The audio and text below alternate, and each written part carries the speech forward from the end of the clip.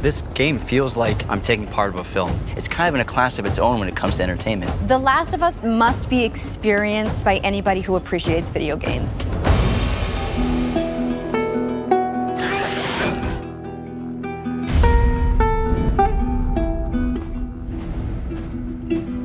Welcome to The Last of Us Game Nights. I'm your host, James Deveney. And I'm Anthony Deveney. And tonight we dig into the beloved franchise and its incredible story with special guest and gaming analyst, Andrea Rene. Hi guys, thanks for having me. Thanks for being here. What's your familiarity with it? How many times you played it and how long ago? I played part 2 when it launched, and I had a lot of really heavy emotions after finishing part 2, like most people do. When part 1 ended, it was fascinating watching how divided fans of the game were about, do we agree with his decision, do we not agree, and kind of everyone kind of taking the camp that they were in of like, how do we feel about, Joel as a character and the choices that he made. End of part 1, we have Joel saves Ellie, but at the same time, he could doom humanity from reaching a cure or a vaccine for the infection. And so this insanely selfish thing to get a second chance at fatherhood with a surrogate daughter in Ellie, you understand and empathize with that decision, but we're living with the ramifications of that in part 2.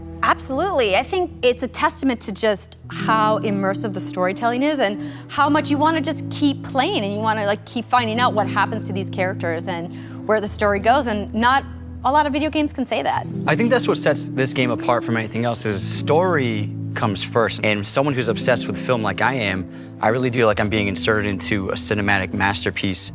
I know you wish things were different. I wish things were different. But they ain't.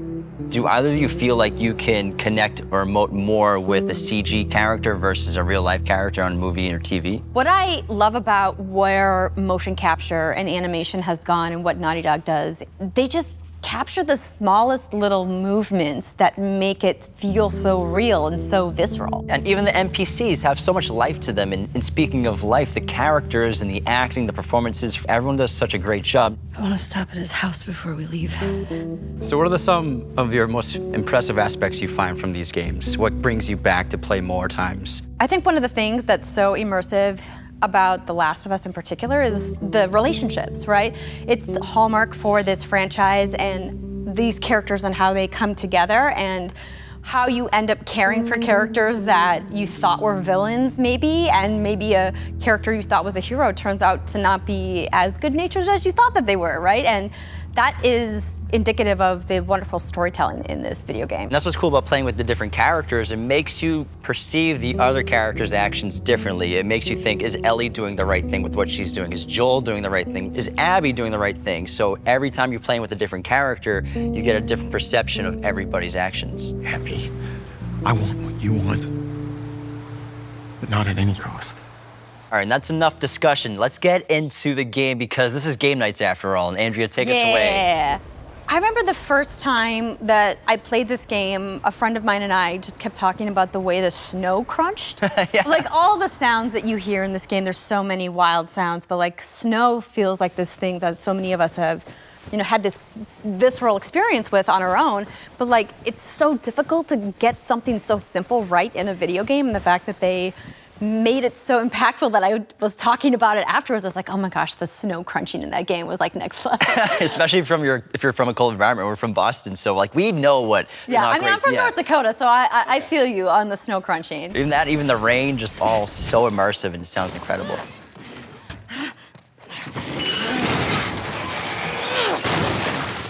This is one of the most immersive moments with the red light. It was super cinematic, I remember the first time I played it. You know what I need to do? I need to be smart here. Where do I have nothing to throw. Yeah. Darn it. There's one by the little machine, the vending here? machine. There we go. Yes, there we go. This is what I need. I love the design of the spores in the air and how they just are kind of frozen in a way. I think it's incredible maybe the clicker design. will go for him over there. Right? Oh, that's Here we why. go. See, there's 2 clickers back Oh, there. They're coming. Oh, yeah. Okay, I'm gonna hide over here. Good luck, guys. Go for them. Thing 1, thing 2 right here. Okay, now, no, yes. Wait, come on, go, yes. Look at I'm that. gonna hide here. I love it. I'm hiding. Look at the clickers This is are a going good for strategy. the guys. This is a yes, great yes. strategy. I like this. It's a winning strategy. You let the clickers do your dirty work. Okay, so they all ran. because they're cowards. Okay, so going back over here. I remember the first time I played this part, my heart rate was jacked. Look, they don't know what to do. Hey, that was great. Nah. Amazing. Okay, so he's dead now. The clickers are coming for me. Oh, Okay, yeah, I gotta move. They're still hungry. Gotta reestablish stealth. Oh, they don't even see you. This is perfect. Right. They're looking for you. Little do they know you're about to. Here we go. That's knife some great stealth. Yeah. There's definitely no more enemies in here, right? Yeah, I'm that's one clear? of Yeah, the the strategy Yeah. things I like I'm is you good. don't have to kill every enemy. Yeah. You can move on. You can even do it stealth, no one sees you, and continue the game. But that requires so much work. That's always my recommendation. It's fun to do stealth, but also at the same time, when you have an inventory and you have an arsenal, have fun. You bust out the flamethrower, and once you get used to the mechanics, the game allows the player to play in their own unique style. And it's a game anyone can pick up and enjoy and play. You know, you don't have to be an expert gamer. You can be a casual gamer. You can be new to gaming. For people who have never experienced The Last of Us and who play video games and love video games, The Last of Us Part 1 and Part 2 are what I like to call required game playing for any video game fan, because they will forever stand the test of time as pieces of immaculate interactive art that must be experienced by anybody who appreciates video games.